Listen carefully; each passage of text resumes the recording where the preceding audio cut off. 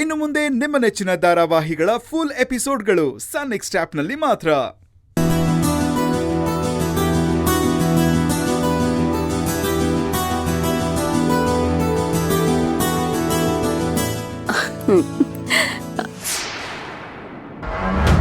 ಅಯ್ಯಯ್ಯೋ ರಾಘವ್, ಯಶೋಧ,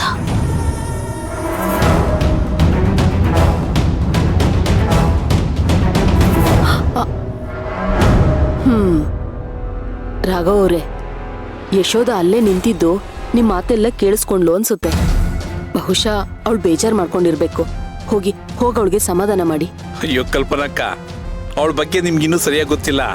ಅವಳ ಮನ್ಸು ಕಲ್ ಮನ್ಸು, ಅಷ್ಟು ಸುಲಭವಾಗಿ ಕರ್ಗೋದಿಲ್ಲ. ಅಯ್ಯೋ ಅಯ್ಯೋ ದೇವ್ರೆ.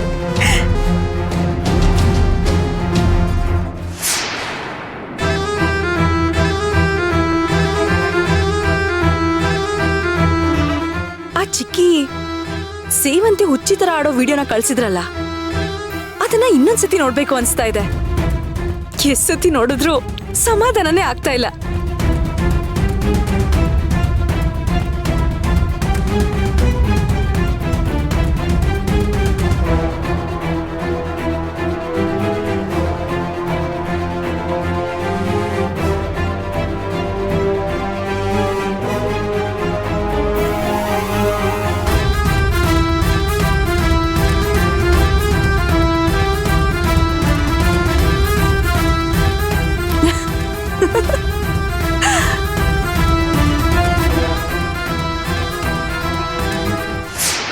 ಸೇವಂತಿ, ಸೇವಂತಿ, ಲೇ ಸೇವಂತಿ, ನೀನು ಹೀಗೆ ನೋಡ್ತಾ ಇದ್ರೆ ನನಗೆ ಎಷ್ಟು ಸಂತೋಷ ಆಗ್ತಾ ಇದೆ ಗೊತ್ತಾ?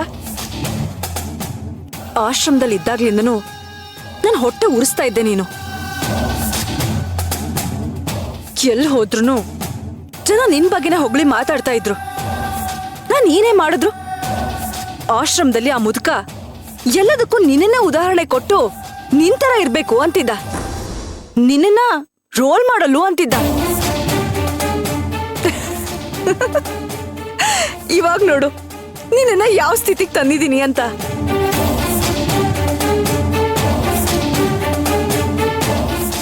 ಆ ಅರ್ಜುನು ರಾಘವನ್ ಕೈಲಿ ಬುದ್ಧನ ವೇಷ ಹಾಕ್ಸಿ ಅವನ್ ಕೈಲಿ ಬುದ್ಧಿ ಮಾತು ಹೇಳಿಸಿದಕ್ಕೆ ನೀನ್ ಸರಿ ಹೋಗ್ಬಿಟ್ಯಾ?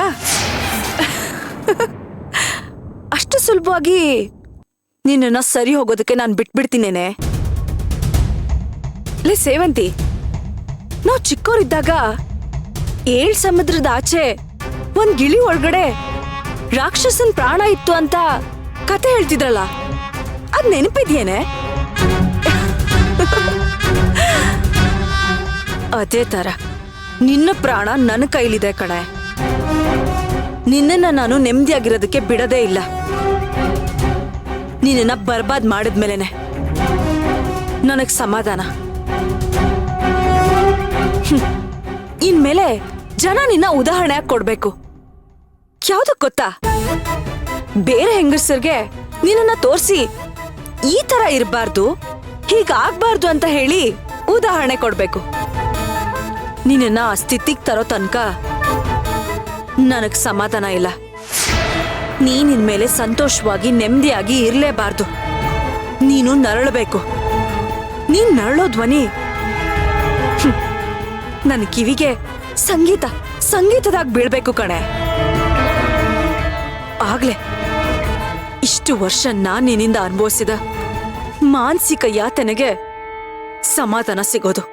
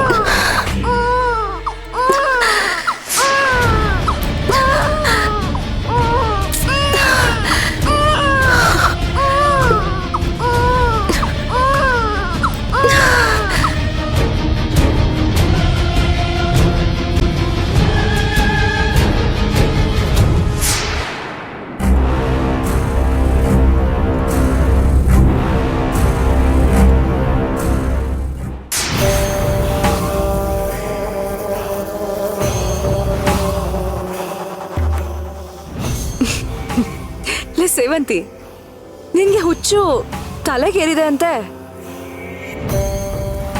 ಅದನ್ನ ನನ್ನ ಕಣ್ಣಲ್ಲಿ ನೋಡ್ಬೇಕು ಕಣೆ. ನೀನ್ ನರಳೋದನ್ನ ನನ್ ಲೈವ್ ಆಗಿ ನೋಡ್ಬೇಕು. ಆಗ್ಲೇ ಅದ್ರ ನಿಜವಾದ ಮಜಾ ನನಗ್ ಸಿಗೋದು. ಇರು ತಕ್ಷಣ ನಾನು ನಿನ್ನ ನೋಡಕ್ ಬರ್ತೀನಿ.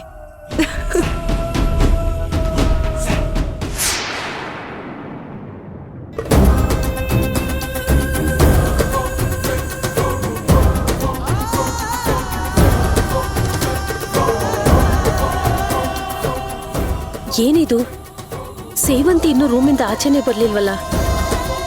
ಅವಳೇನಾದ್ರೂ ಸರಿ ಹೋಗ್ಬಿಟ್ಲಾ? ಹಾಗಾದ್ರೆ ನಾನು ಪ್ರಿಯಾ ಸೇರ್ಕೊಂಡು ಮಾಡಿದ ಪ್ಲಾನು ಫ್ಲಾಪ್ ಆಗೋಯ್ತಾ?